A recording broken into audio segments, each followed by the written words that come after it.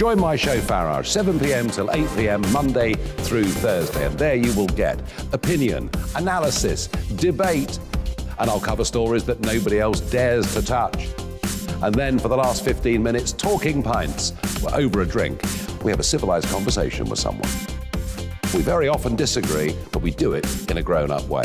Come and join me on Farage.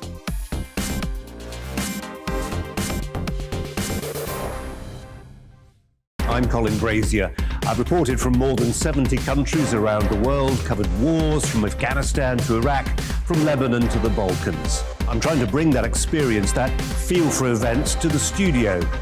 And something else. I'm ready to give an opinion. Today's stories with a spark. Brazier from 8 p.m. weekdays on GBNews.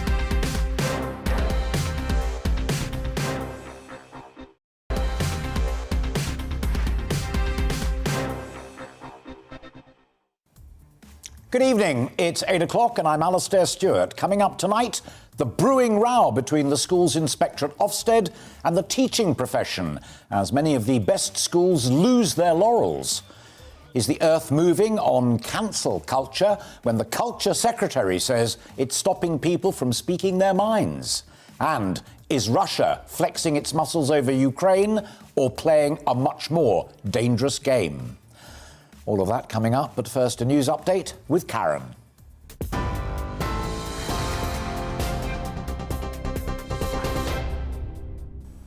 These are your latest headlines. Counter-terrorism police have confirmed that the bomb which exploded outside the Liverpool Women's Hospital on Sunday had been packed with ball bearings. They say it could have caused significant injury or death had it exploded in the way the bomber intended. Detectives are examining the possibility that the motion of the taxi stopping suddenly may have caused the improvised device to detonate prematurely. Double child killer Colin Pitchfork has been arrested and recalled to prison just 2 months after his release. It's understood Pitchfork was returned to custody earlier today over a breach of his licence conditions. His re-release will be a matter for the parole board. Pitchfork was jailed for life after raping and strangling 15-year-olds Linda Mann and Dawn Ashworth in Leicestershire in 1983 and 1986. US teenager Kyle Rittenhouse has been found not guilty of all charges following a shooting in Wisconsin in a trial which has divided America. Mr. Rittenhouse killed 2 white men and injured another when he opened fire during protests that rocked the town of Kenosha last year. In the last hour, the 18-year-old collapsed in court as he was acquitted of all charges after pleading self-defense in the shootings that became a flashpoint in the nation's debate over guns and vigilantism. The jury came back with its verdict after nearly 3.5 days of deliberation. The UK is seeking to ban the group Hamas, designating it a terrorist organisation. The move, if approved by Parliament, would bring British policy in line with the EU and the US. The Home Secretary, Priti Patel, says Hamas has significant terrorist capability.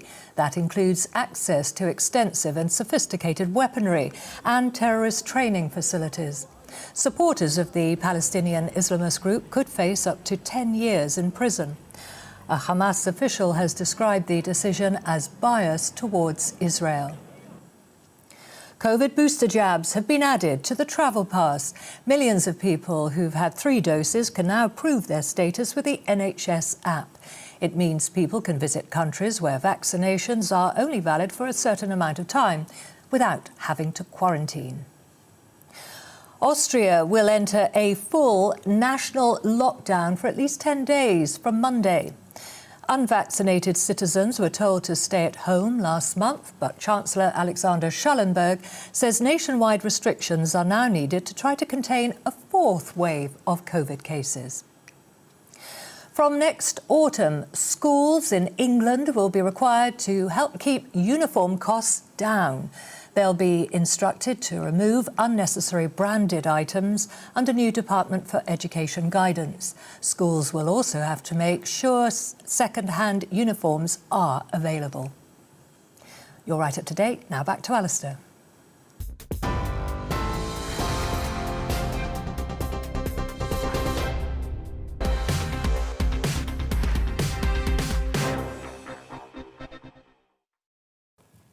There is a monumental row building up between the school's inspectorate Ofsted and many in the teaching profession. In the wake of the coronavirus, with inspections being put on hold, Ofsted's come back all guns blazing.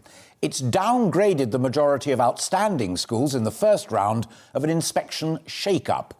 What's more, encouraged by the government, the more than 24,000 schools and 335 further education providers will be inspected at least once, including last term's inspections, by the summer of 2025. Amanda Spielman, Ofsted's Chief Inspector of Education, recently said that she expects the number of outstanding schools to fall from 4,133 to roughly 2,000, following the new inspection regime. Now, the impact on schools, on teachers and on parents is profound. But there again, labouring under a sense of false glory is no good either. Inspectors surely should speak truth unto schools, as it were. That said, the fight back from the teachers is underway, and it's on a broad front. A group of educationalists has written a public letter to Ofsted expressing concerns about the expanding remit and the amount of discretion used by inspectors in primary and secondary schools, the lack of trust felt by teaching staff and school managements in how Ofsted assesses what looks good, and the tremendous impact, as they put it, that a negative judgment has on a school. Now, they've called for a strategic review into policies, practices and processes to promote high educational standards while maintaining morale in our schools. They also question the merit of examining the cultural capital of schools and the teaching of British values. Well, the letter's attracted thousands of signatures in support. So, to discuss it, first I'm joined by Professor Chris Brown. He's Professor of Education at Durham University and has signed that open letter to Ofsted. Good of you to join us, Professor. The Ofsted premise seems to be that things have got a bit soft, a bit complacent, and that surely serves no one. Well, I think that's right if that was true, but I would kind of counter by saying, actually, is the Ofsted inspection process in its current state fit for purpose in the modern world? And I think actually there's a lot to be said for when it comes to what we want from schools, when it comes to what we want for the next generation of children. Is the Ofsted process helping to deliver that? And I would argue that it isn't. That it isn't? Absolutely not. I so think what do you think the purpose of Ofsted, the schools inspectorate, should be post the lockdown? Well, I think this comes down to what we want from the next generation of children. If we think about, actually, yes, we want them to be knowledgeable, but we want them to be great citizens. We want them to be able to collaborate and to act creatively. If we think about the way the job market's changing, I think you mentioned a couple of weeks ago on your show, you had a teacher called Ryan, and you were talking about the kind of growth in AI and automation. Those are the way the job market's going. So if that's the way the job market's going, we want our kids to have a kind of wider range of skills. And if that's the case, then actually we need to think about how we are judging schools to deliver those outcomes. At the moment, we have a kind of spot check type of system, and that spot check basically puts a lot of pressure on schools in a kind of instant moment of time. And if we kind of think of an analogy of a football player, for example, it's like saying to that football player, "We're going to focus on what you do for 15 minutes." But that then creates a kind of an intense pressure for those 15 minutes, but actually nothing else for the remainder of the time. And perhaps a better way to think about these things is, how do we help schools continuously improve in a meaningful way and continually to do better for their pupils in an ongoing way? And is a kind of instant spot check regime the kind of best way to do that? Yeah, but one step back, as Amanda Spielman herself said, kids only get one chance at education, and it's been badly disrupted for a lot of them over these last couple of years. And it is still the case that the number of children leaving primary school who can't read and write is staggering, and still at 16 many of them can't. Be a good idea to get that right before you started worrying about cultural values and Britishness, wouldn't it? Well, I think absolutely, but it's whether the Ofsted process is helping the schools to deliver those outcomes or not. I think if we think about what the kind of pressure of Ofsted is doing, it's not helping kids learn, embrace an understanding of the world, to actually come out of school loving learning and wanting to continually do better. In fact, it's kind of creating a situation where they come away stressed and putting them off schooling altogether. So I'm not disputing the fact that actually we want to continually improve outcomes. We do want to continually improve outcomes, and we do want our schools to get better. But why is the Ofsted process able to deliver that? I don't think it is. I would have thought that teaching standards are vital, but that's a very sensitive issue for teachers, isn't it?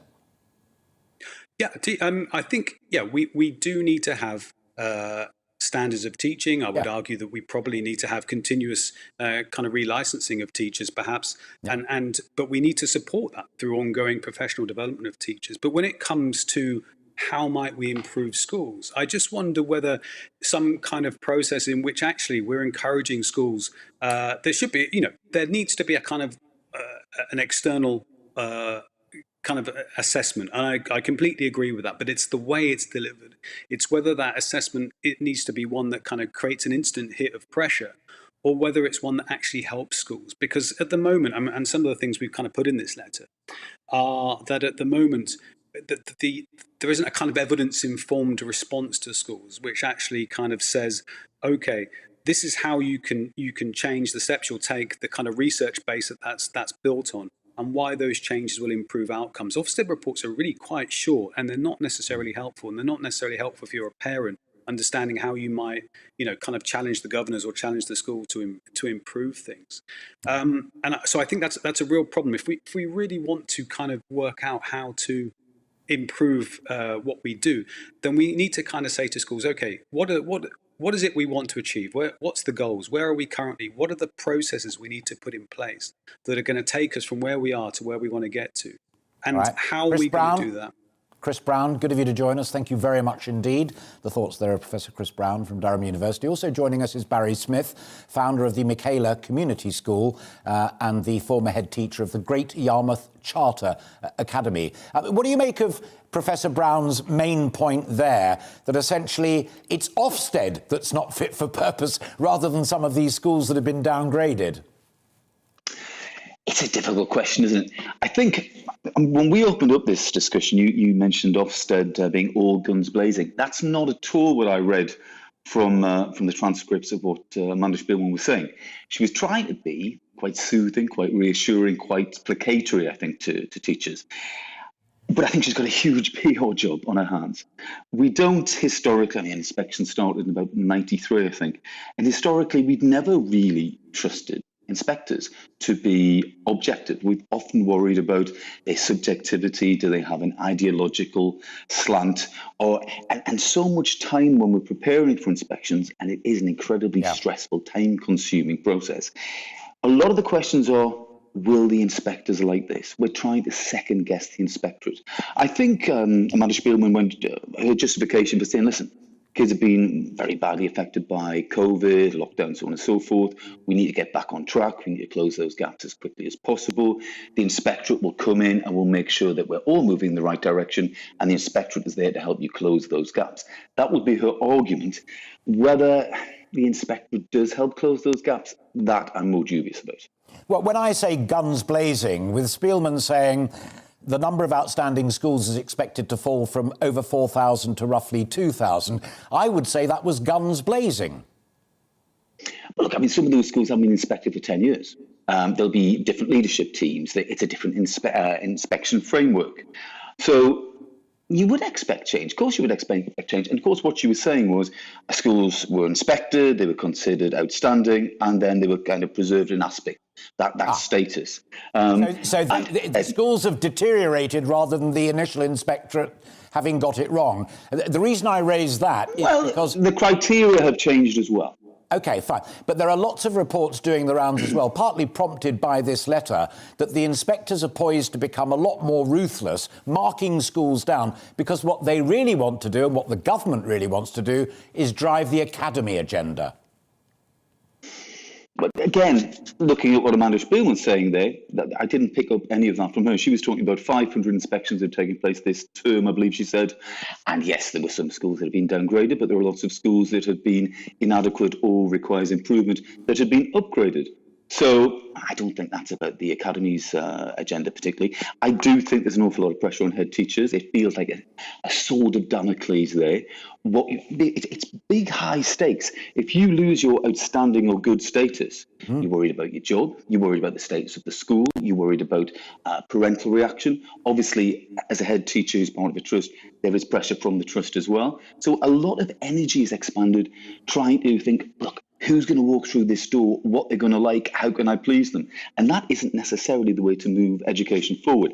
Now, I wouldn't say that was the fault of Ofsted. I would say that is the fault of trusts and head teachers who are absolutely trying to second guess Ofsted. Yeah, a lot of people watching this conversation will think that's absolutely right and proper. The schools do need a good nudge in the right direction.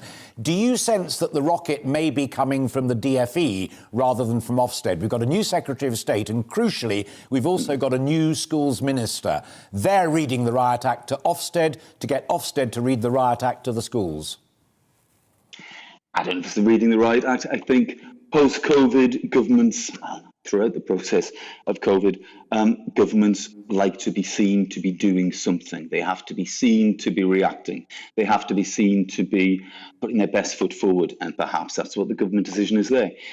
These are very febrile times, and head teachers are worried about staff absences, kids absences. It's a relatively new framework as well. So all of that, one pressure piled up against the other. Is this great timing to say, okay, we're going to launch new inspections? It's probably not a great PR timing, no. And as I said before, I think Amanda Spielman's got a huge PR task on her hands. But this predates her by decades. So final point, would you join forces with Professor Brown in saying perhaps it is time for a rethink of what Ofsted does and how it does it? I think yes. I think we need to think what Ofsted does and how it does it. I've got a lot of time for Amanda Spielman. I've got a lot of time for a lot of people who work in Ofsted. I think their values are right and their motivation is good. But the inspectorate somehow, or our reaction to the inspectorate, means that it isn't a vehicle for positive change very often. All right. Good to talk to you, Barry Smith. Thank you very much indeed. Barry Smith there with his thoughts on it. So original and profound thinking from both Chris Brown and from Barry Smith. Food for thought for you as well, I hope. Now, the political triumph now arriving at Platform 2 isn't. The rail plan at £96 billion, the largest ever one-off infrastructure investment, wasn't what it had been cracked up to be. The HS2 extension from the East Midlands has been scrapped, and the Northern Powerhouse Rail between Leeds and Manchester diluted. There will be some new track, but mainly it's going to be an upgrade of the existing setup. The fact that lots of other good things will happen, and that some of the modifications to the original plan may, as ministers argue, prove more cost-effective, seem irrelevant to the critics. Well, for the Prime Minister, the real nightmare is that many of those critics are his own MPs.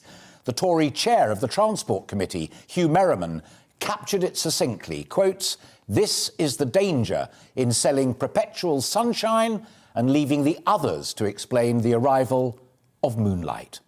Worse still, a crucial number of those Tory critics were 2019 victors in what were known as the Red Wall seats, untouchable Labour strongholds, until the PM and his promises came along.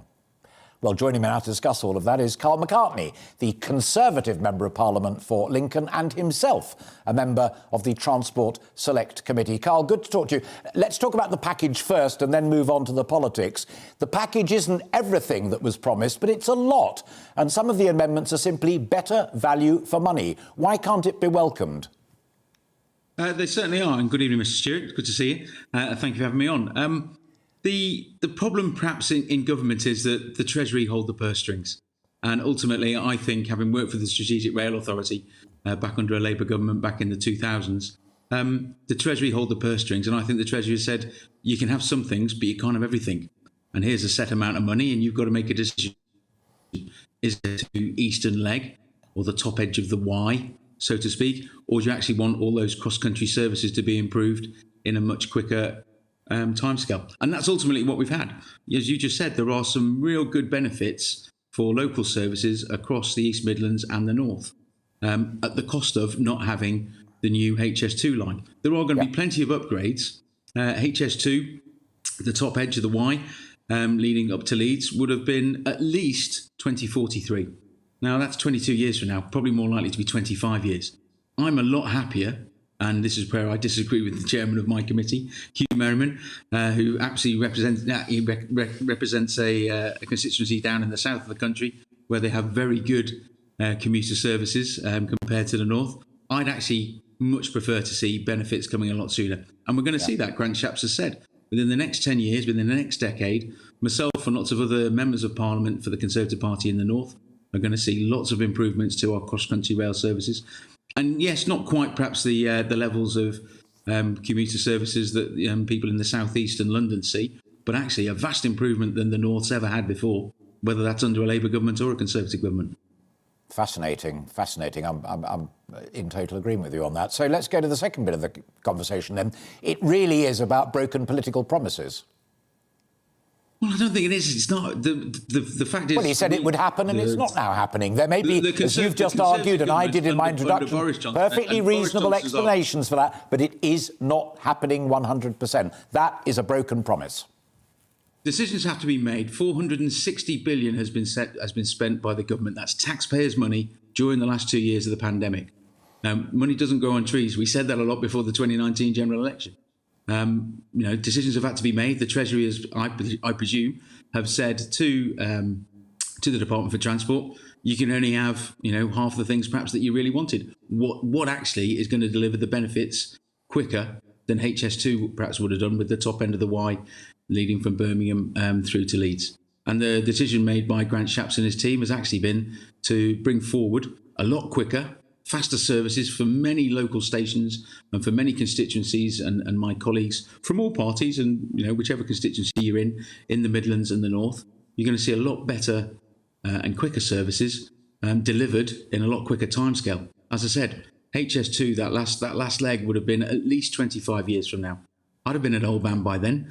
I'd much rather see, as I'm sure constituents right across the East Midlands and the North would much rather see, quicker services delivered in a much faster timescale. Within the next decade, everybody's a lot happier with that than waiting for 20, 25 years in the future. You're an acute observer of these matters. Do you think, given your last answer then, that it's actually Rishi Sunak, the Chancellor, who's likely to get bitten by the electorate, or more importantly, the Conservative Party electorate, than the Prime Minister as a result of this? Potentially, but I'm using the experience I had from back in 2003-04. So you had Alastair Darling as the Secretary of State for Transport. Yeah. Any decision wasn't made by supposedly the Independent Strategic Rail Authority. It was passed to the Department for Transport, but then it took an extra 3 weeks to even buy a box of paper clips because the Treasury had to say yes. And that was Gordon Brown. He had his hands on all the purse strings. I'm sure within Whitehall, within the civil service, the same lines, if you like, of decision making, the same procedures are still in place. And ultimately, the Treasury are the ones who, and the Chancellor, hold the purse strings. And I'm pretty sure with the monies that have been spent by the government in the right way over the past 2 years, that certain things had to be curtailed. And I think, for a Conservative government at this stage to be saying that actually we're going to be spending £96 billion across the North and the East Midlands to improve the rail services for millions of people who perhaps haven't seen within their lifetime, the same sort of level of services, of rail services that those in the South East and London have seen. I think that's a great thing for a Conservative government to be doing.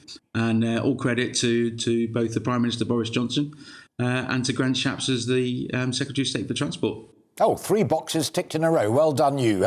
Excellent. Final point. This reputation for broken promises from tax, national insurance, overseas aid, pensions, and so much more. Labour are beginning to feel that they're gaining some traction at the Prime Minister's expense, and the polls are suggesting they might just be right. You nervous yet? Well, you and I both know the Labour Party have a game plan, and that game plan is that they can't beat us on policies, so they're trying to trash the brand. They're trying to trash the brand of the Conservative Party and of the Prime Minister Boris Johnson. And unfortunately for them, their leader isn't box office, whereas our leader is. And Boris Johnson, whether it's as a Member of Parliament previously or as Mayor of London, yes, has big plans, but actually has delivered those. He transformed London under his term as the Mayor of London, and he's going to do the same as the Prime Minister of this country. And I've every faith in him delivering on those things he wants to. And yes, sometimes there's going to be problems and issues on the way. There isn't a bottomless pit of monies. As I said, 460 billion has been spent by this government on behalf of taxpayers. And at some point, obviously, we have to rein in some of the plans that we might have had for investment in other things.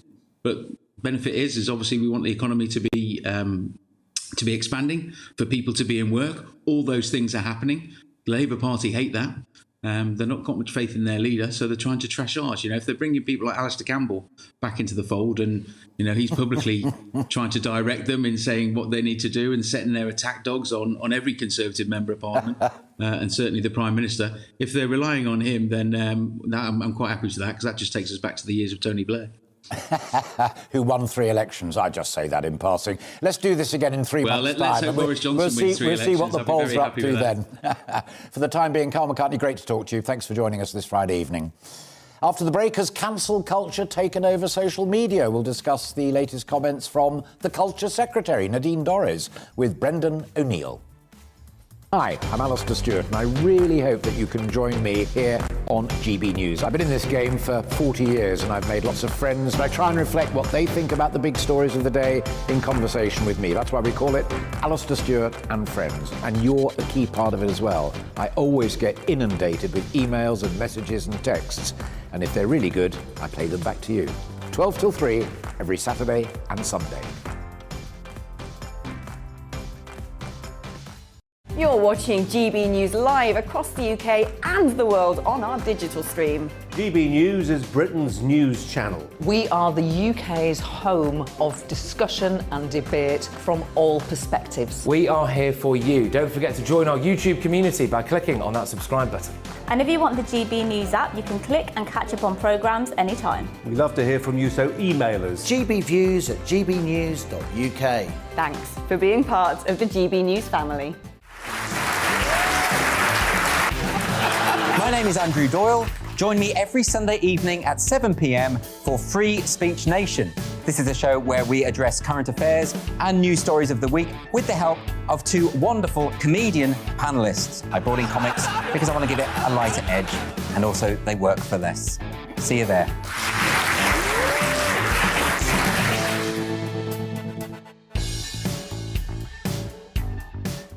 Join my show Farage, 7 p.m. till 8 p.m. Monday through Thursday, and there you will get opinion, analysis, debate, and I'll cover stories that nobody else dares to touch. And then for the last 15 minutes, talking pints. We're over a drink. We have a civilised conversation with someone. We very often disagree, but we do it in a grown-up way. Come and join me on Farage.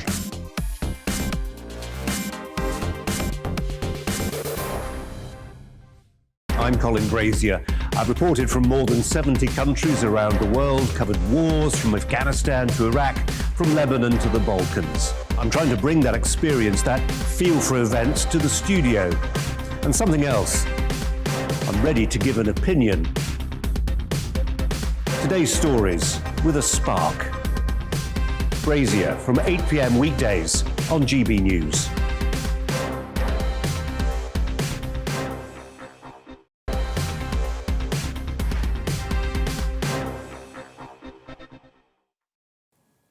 Priti Patel has launched a fresh attack on the European Union, blaming its open borders for the UK's migrant crisis.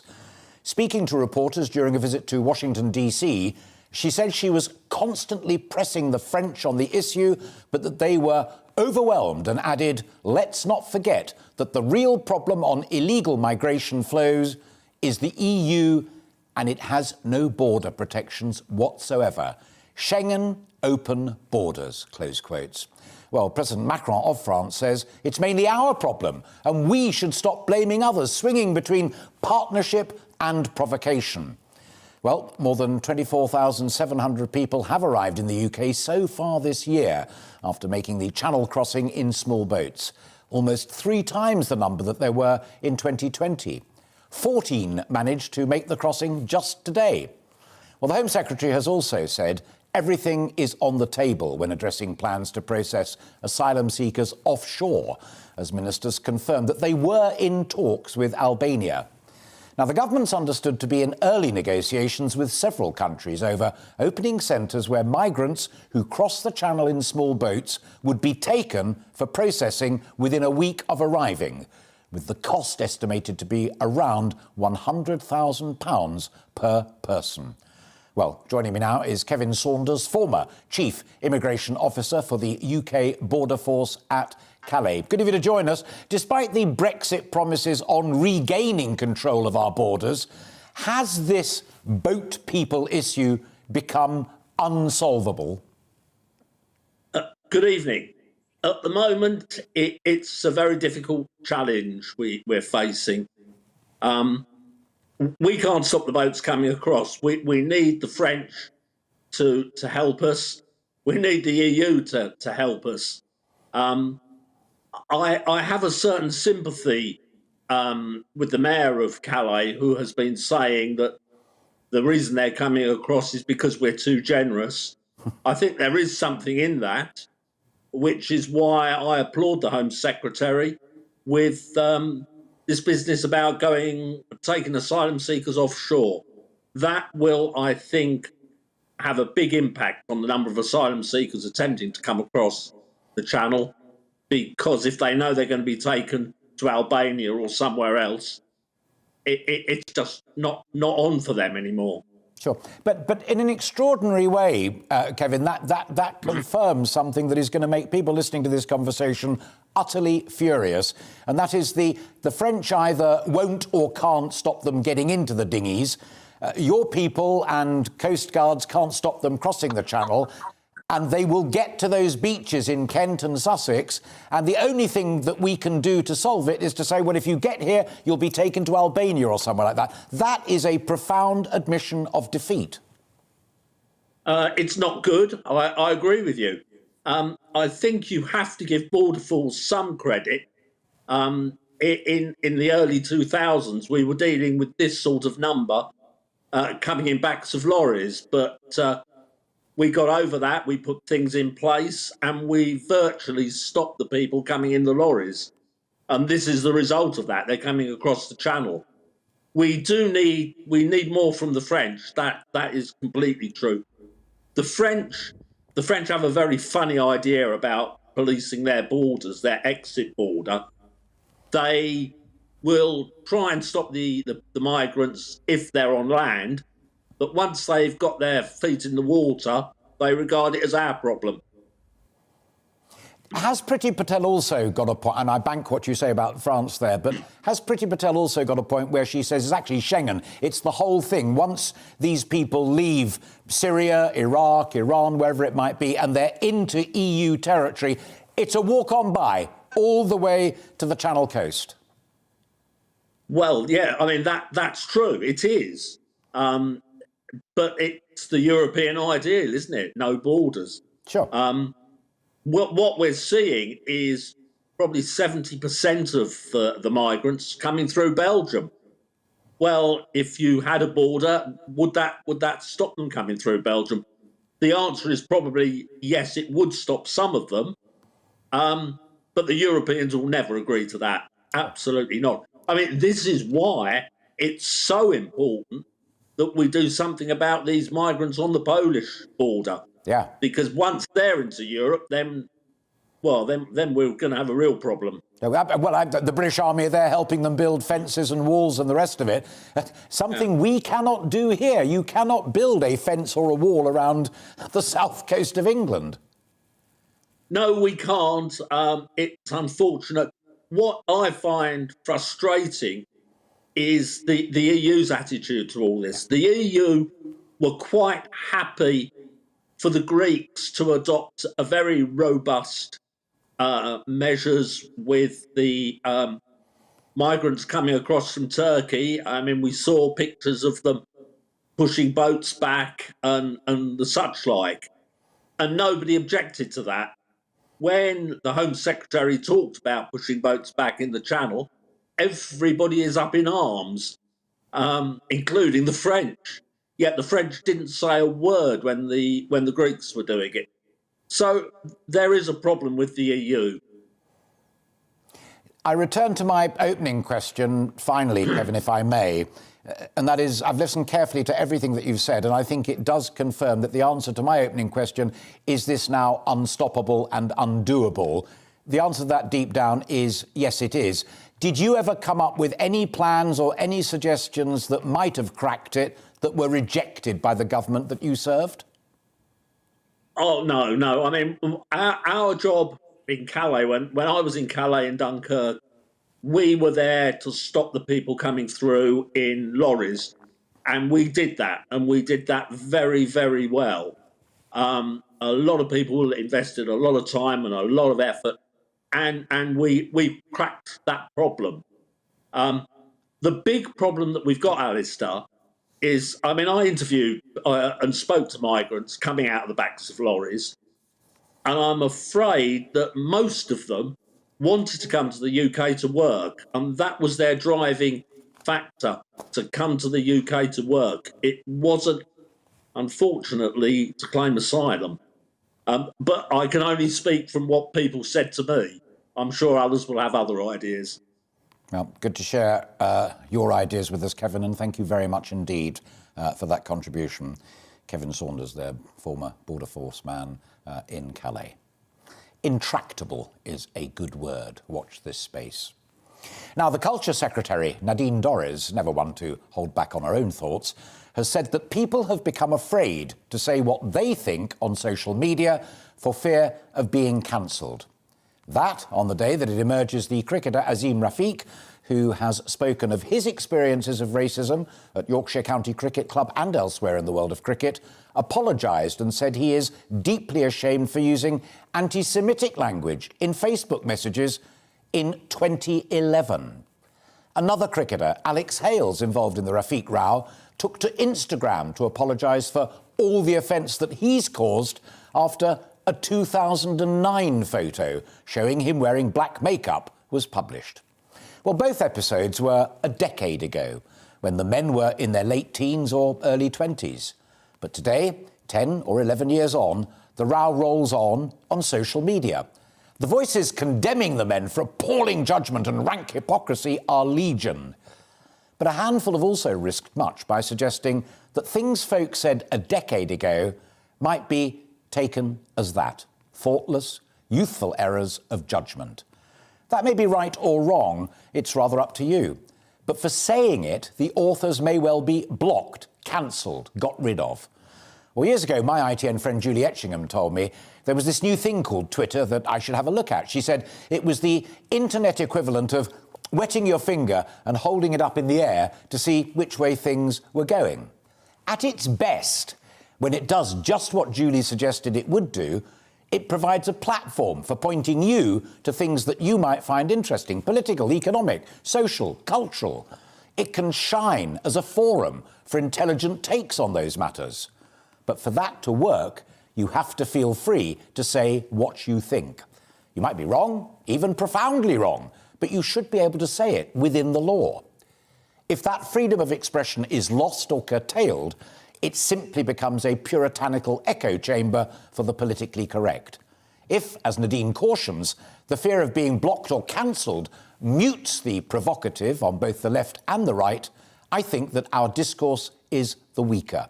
Don't get me wrong, I'm not saying that we should give a free pass to those who hold outrageous views, but I want the chance to be reminded that such thoughts are still held by folk, and I want the chance to dispute them. I think social media needs to do more to prevent users from posting illegal and harmful content. Many, if not most of the authors of such content don't show their faces or use their real names on social media, and I think that's wrong. But that's different to a young cricket player showing his name and his face who posted anti-Semitic content years ago and has now apologised, blaming his young age. People are free to condemn him, and he's free to defend or explain himself. I think social media should be reformed from the inside. Users should use names, pictures, and perhaps some form of verification. Submit their identification, and I promise you that half of that harmful content will not be posted anymore. What's more, social media should not allow anti-Semitic or racist content to be published in the first place. When the cancel culture knocks down states, statues, renames institutions and rewrites history, it's in public. We can approve or disapprove with reason and, again, in public. But when cancel culture grips our public discourse and silences the author of that which many find offensive, it drives such thoughts and such thinkers into the shadows or underground. They become hidden, unchallenged, but still active. And that, in my view, is much more worrying.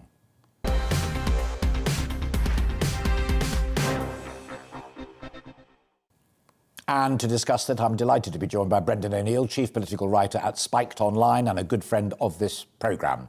How significant is it that the Culture Secretary has said that the fear of being cancelled is stopping folk from saying what they think? I think it's very significant, and I think it's about time a government minister made this kind of intervention into the problem of cancel culture. And, you know, we often hear about the big cases of cancel culture, you know, the famous comedian or the famous author who's been torn down because they have incorrect opinions, allegedly. But what we often overlook is the chilling effect that cancel culture has across society. So a poll recently in the UK found that around half of people feel that they can't express their views. In the US, around 62% of people say they can't express their views. And in these instances, we're not talking about views that are particularly outrageous. We're talking about things like believing in biological sex, questioning aspects of the transgender ideology, not feeling entirely comfortable with mass immigration, you know, or being worried about radical Islam, for example. You know, these are legitimate points of view, but they're so demonized by the cancel culture mob that people feel they can't express them. And I think that has a detrimental impact on public debate and public life. And as I said in my introduction, I think it's even more dangerous than that, because I agree with every word that you've just uttered. It drives them and that line of thought underground. And when it's secretive and in the shadows, I think it's even more dangerous. Yes, I think when we're talking about actual views that people like you and I would find utterly horrible, like racism, for example, and anti-Semitism, the problem there is that very often those views are driven underground, and that's where they can fester and grow and really gain an influence and a following away from the disinfectant of sunlight, if you like, the ability of the rest of us to call them out, to know what people are saying, to really point the finger at those people and say, listen, this is wrong, you shouldn't be holding these views, and challenging them in the free arena of public debate. But I think that the problem we face today is that lots of very perfectly legitimate points of view are being redefined as racist or Islamophobic or transphobic. We often hear that term phobic to brand certain moral beliefs as unacceptable and beyond the pale. And that's where I have a real problem. I have a real problem with people's genuinely held, legitimate moral and political beliefs being rebranded as racism or phobia, because that's a recipe for cancelling certain ideas and really limiting the ability of people to have an honest public discussion. Yeah. I mean, interestingly on that, we've already talked about and reported what Nadine had to say. The number 10 Downing Street let it be known that the Prime Minister, quotes, supports the idea of independent thinking and intellectual freedom. They should be non-negotiable. I mean, that's also quite significant. So you've got Nadine on the one hand, the Prime Minister on the other hand, making very similar points. It's very significant, and it gives me a bit of hope. And I wish the government would push even further down this line and say, listen, freedom of speech is a central part of British life. But, you know, if you look at one thing that worries me at the moment is the warped priorities of certain sections of the media. So, for example, we have been obsessing over the past few weeks with things that cricketers said or did, as you outlined, 10 or 12 years ago, to the expense of talking about, for example, the fact that there was almost a bombing of presumably a maternal unit at a women's hospital. There was almost an extraordinary act of barbarism. And instead of talking about issues like that, which I think are incredibly serious, we're engaging in this offence archaeology where we're rummaging around in the past to find things that people said a decade ago when they were very young and to hold them up as despicable people who must be cancelled. We have to get our priorities straight. We've got to stop cancelling people, and we've got to really nurture a free, open public sphere. But do you think that Azim Rafiq's old posts, which are clearly anti-Semitic, albeit written by a youngster who, as an adult, has now apologised for it, do you not think there's a danger that they invalidate his criticisms of more recent examples of racism towards him and other people in the cricket game? I think the Azim Rafiq case has really exposed the hypocrisy of the woke mob. So they have been obsessing for the past few days over his testimony about racism that he suffered. And no one would, I hope, would seek to justify the racism that he suffered. It sounds really, really depressing and horrible. But I think what they're now doing is exposing their double standards, because they're not talking in enough detail about the racist views that he expressed. So there is an extraordinary double standard in the Rafiq case. And I think he will probably get a bit of a free pass on his comments, which were unquestionably racist, and he has now apologized for them. But the thing is, my view, I want to give people the benefit of the doubt. And one of the problems with cancel culture is that it is so ruthless. It never gives people the benefit of the doubt. It just crushes them and expels them from polite society. I want to give Rafiq the benefit of the doubt. He was young when he made those comments. I hope he's changed. I want to give Michael Vaughan the benefit of the doubt for the supposedly racist comments he made, which he categorically denies. Let's allow people to assess themselves and move on, rather than ruthlessly destroying them and saying they can't be in public life anymore. Final point, and it's a generality I referred to in my lead-in, Brendan, but I want to end on it because I think it's quite important. Should anonymity be banned on social media? I find this a really difficult discussion because I think anonymous accounts are increasingly problematic, and I get so much abuse. I'm not on Twitter. I avoid Twitter, but I am on Instagram, and I get so much abuse on Instagram from anonymous accounts. So they are deeply unpleasant. But I think there are people out there who still need to be anonymous. Whistleblowers, people in tyrannical regimes like Saudi Arabia or Egypt, they need to be anonymous. And because of cancel culture, some people need to be anonymous simply because they hold certain views. For example, feminists in a particular workplace who don't think that a man can become a woman, they might have an anonymous account because they know they could lose their jobs. So there's a problem because anonymous accounts are used by trolls to really hound people and make their life a misery. But they're also needed by other people who want to express their views, but they can't because of the censorious culture. So it's a difficult issue to straddle, I think. Brendan O'Neill, always a pleasure to talk to you, and what an intriguing conversation the Culture Secretary, Nadine Dorries, has sparked. After the break, the UK has sold weapons to Ukraine amid fear of a new aggressive campaign from Russia. How worried should we be? My name is Andrew Doyle. Join me every Sunday evening at 7 p.m. for Free Speech Nation.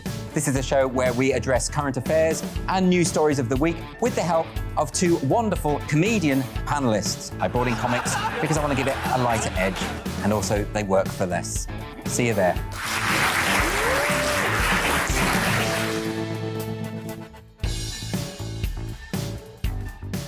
You're watching GB News live across the UK and the world on our digital stream. GB News is Britain's news channel. We are the UK's home of discussion and debate from all perspectives. We are here for you. Don't forget to join our YouTube community by clicking on that subscribe button. And if you want the GB News app, you can click and catch up on programmes anytime. We love to hear from you, so email us. gbviews@gbnews.uk. Thanks for being part of the GB News family.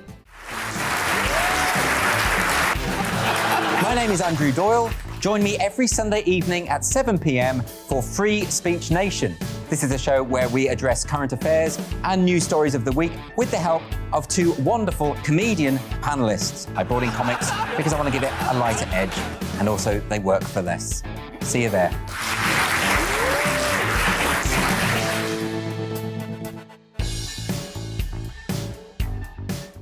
Join my show Farage, 7 p.m. till 8 p.m. Monday through Thursday, and there you will get opinion, analysis, debate, and I'll cover stories that nobody else dares to touch. And then for the last 15 minutes, talking pints. We're over a drink. We have a civilized conversation with someone. We very often disagree, but we do it in a grown-up way. Come and join me on Farage.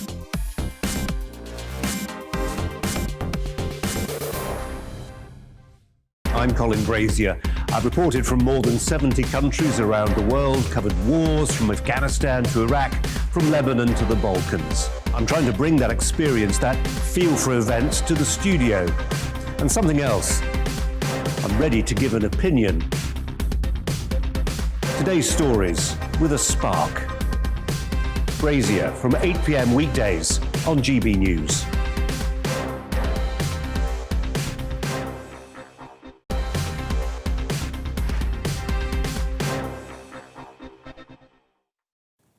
Bit of important international news now that we play a major part in. Britain has signed a series of joint projects with Ukraine that will allow the Eastern European country to acquire new ships, weapons, and to improve its military facilities. That all comes after NATO warned Europe and its allies that Russia is preparing for an imminent invasion of Ukraine, while the West is too busy worrying about the migration crisis that we talked about earlier on and the border between Poland and Belarus. It comes after Russia left thousands of military units near its border with Ukraine following what Moscow has called military exercises, as these satellite pictures can now show you. It all comes after the assembly there of tanks, armoured troop carriers, just sitting there, waiting, mulling over. But the USA, CIA and Pentagon decided that was a threat, sitting there in the wings. Joining me now to discuss the latest of all of those developments is the editor at Defence Analysis, Francis Tusa. Francis, great to see you again. What, in your view, is Russia really up to on the borders of Ukraine? Well, I know this sounds silly. That is the absolute question. The talk of them invading, well, there are troops, there are tanks, there are units all deployed along the border of the Ukraine, Belarus, and also the Baltic states. And it's understandable that all of those countries are feeling incredibly, well, not Belarus because they support Moscow, they're feeling incredibly nervous because it's a lot of hardware. And quite frankly, at the moment, NATO has not got the ground forces to match them. And I've heard the comparisons with World War I. If NATO started mobilizing troops to reinforce Poland and the Baltic states, would Russia attack early? So perhaps we hold off. Yeah, there's a slight comparison. So it's very much a game of nerves. Mm. It's fascinating, though, and the point about the incrementals and the ghastly history of how the First World War came about. I mentioned earlier on in the programme that we're sending British troops to Poland to help them build barriers against Belarus, as you rightly pointed out, Russia's friend, and the immigrants, and all of that hardware that we are selling to Ukraine. These are small contractual arrangements, but when they're all put together, it makes one nervous. And to a certain extent, it always helps to try and look from the other side. And by the way, please, I am not trying to justify known Russian aggression in Ukraine and elsewhere. But when the Berlin Wall came down and there was a normalization of relationships between the rest of the world and what became Russia, one of the ones was not allowing NATO to come up to Russia's border. And Russia says, well, you've broken every single aspect of that. You know, how are we meant to take this? And again, I hasten to add, I am not trying to justify any of Russia's actions in illegally occupying parts of Ukraine. Sure. So we've got a standoff. I would also add, and this is something I've heard more and more of over the past few days from people who spent a lot of time studying this. There is talk of 150, 160, 170,000 Russian troops on the borders of Ukraine, Belarus, and the Baltic states. And people who are studying satellite images like the ones you've shown have said, actually, there are there's a lot less than you would think. Russia could not put, without mass mobilization, that number of troops into the field. In these respects, it's not as serious as you would think. And could they actually successfully invade these countries? Probably not. Final one, and a quick one. The Cold War was kept cold by the threat of nuclear conflict, mutually assured destruction. What's going to keep us safe this time? Actually, in the short term, which was the case during the original Cold War, conventional forces which could tell the other side we actually were serious. And at the moment, the biggest worry is Europe. We are not serious. And the British Army at the moment, for a high-end war against a power like Russia, even with its limitations, the British Army is not combat capable. That is a worrying thought, but Francis Chiusa, always a pleasure to talk to you. And thanks very much indeed for your analysis and for being so well informed. Francis Chiusa there, an old chum of mine and a defence expert. That's it from me tonight. I'm back tomorrow at noon. But next up, the great Mark Dolan. On Mark Dolan tonight, in The Clash, should we return the priceless Elgin marbles to the Greek government? We'll debate that with former government minister and Strictly star Anne Widdecombe. I'll be reacting to the big stories of the day with my all-star panel, including radio host and TV star Mike Parry. We'll head to Austria to find out about why they're making the vaccine compulsory, and in my monologue, why are a quarter of children now obese? And I'll be making my first on-air comment about Andrew Neil following his departure from GB News. See you at 9.